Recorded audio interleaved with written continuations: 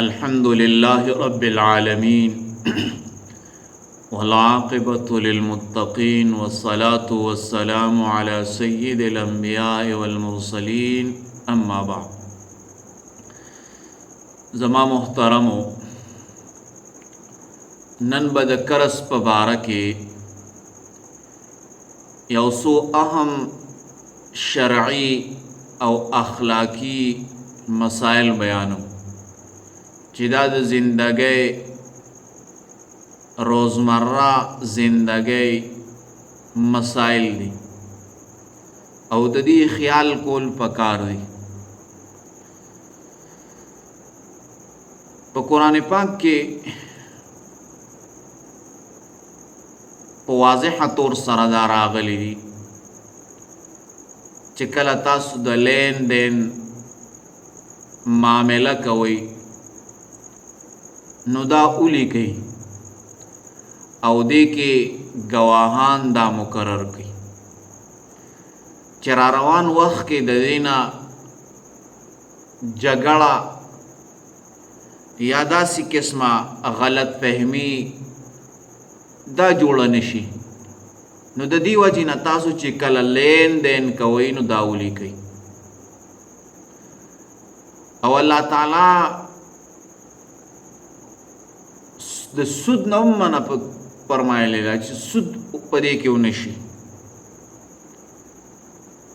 یعنی قرضدارستانه قرض واغستل نو تعالی دا په کار نه دي چې ته د هغه پسې سود دا حساب کې او د هغه نه د سود پیسې دا اصول کې او چې کله ستاسو نه یو کس قرض واخلي یا کم کس قرض واخلي نو هغه له پکار دی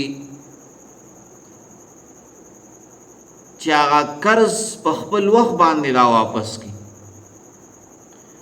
احادیثو کې دا راغلي دي چې کم کس قرض واخلي په دې نیت باندې چې دا به زه ادا کومه، یعنی دا به زه دې کس ته واپس کوم، نو الله تعالی د طرف نه دا واپس کوي. او کم کس چې په دې نیت باندې قرض واغسته چې دا زه واپس کوم نه بلکې دا به زه خورم او دا به زه بربادوم، نو الله تعالی هغه کس په دنیا او په آخرت کې برباد کړي. درېمه خبره دا ده چې یو کس قرض واغستو او د استطاعت داشته د واپس کولو چې د خپل قرض واپس کړي او د هغه قرض واپس کولو کې ټال مټول کوي، نو دا جایز نه دي. داسې قسمه خبرې دا کول دا حرام دي چې نن به تاله درکم سبا به درکم، دا قسمه خبرې دا کول حرام دي. یو هغه کس دی چې قرض یې واغستو ټیم یې پوره شو د سره شته نه، نو هغه حقدار له پکار دی چې دته مهلت ورکړي چې خیر د تا سره اوس نشته دی نو مال یو څو ورځې بعد راکړه. نو مهلت ورکول هم پکار دی، ځکه دا یو عظیمه نیکي ده چې یو کس سره پیسې نشته دی او تا هغه ته ووایې چې یاره تا سره اوس پیسې نشته دی، خیر دی ته مال هفته بعد راکړه، 20 ورځې بعد راکړه، 10 ورځې بعد راکړه. نو دا مهلت ورکول هغه ته پکار دی.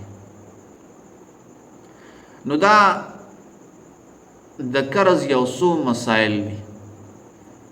لومبه خبره دا ده چې کله قرض اخلي نو هغه لیکل پکار دی، په هغې کې ګواه راوستل پکار دی. او دویمه خبره دا ده چې د قرض اغستلو ورکولو کې ځان د سود نه بچ کړي. درېمه خبره دا ده چې کله قرض تاسو واخلئ نو په خپل وخت سره دا واپس کوئ. دا نیت پکې وکړئ چې زه به دا قرض تا واپس کوم، نو الله تعالی به دا ستاسو نه واپس کړي. که چېرې تاسو دا نیت کوئ چې یار دا قرض به موږ وخورو برباد به کو، نو الله تعالی به تاسو برباد کړي.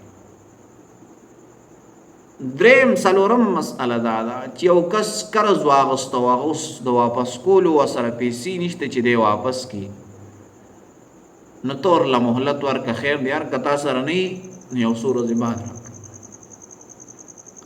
نو دا یو څو مسایل دي، دا زده کول پکار دي او نور مسلمانانو ته دا رسول پکار دي. اکثر معامله اکثر جګړې د دې معاملاتو د وجې نه راځي. نو موږ له پکار دي چې صفا لین دین دا وکړو، دا نور ملګرو سره هم شیر کوي. جزاکم الله احسن الجزا.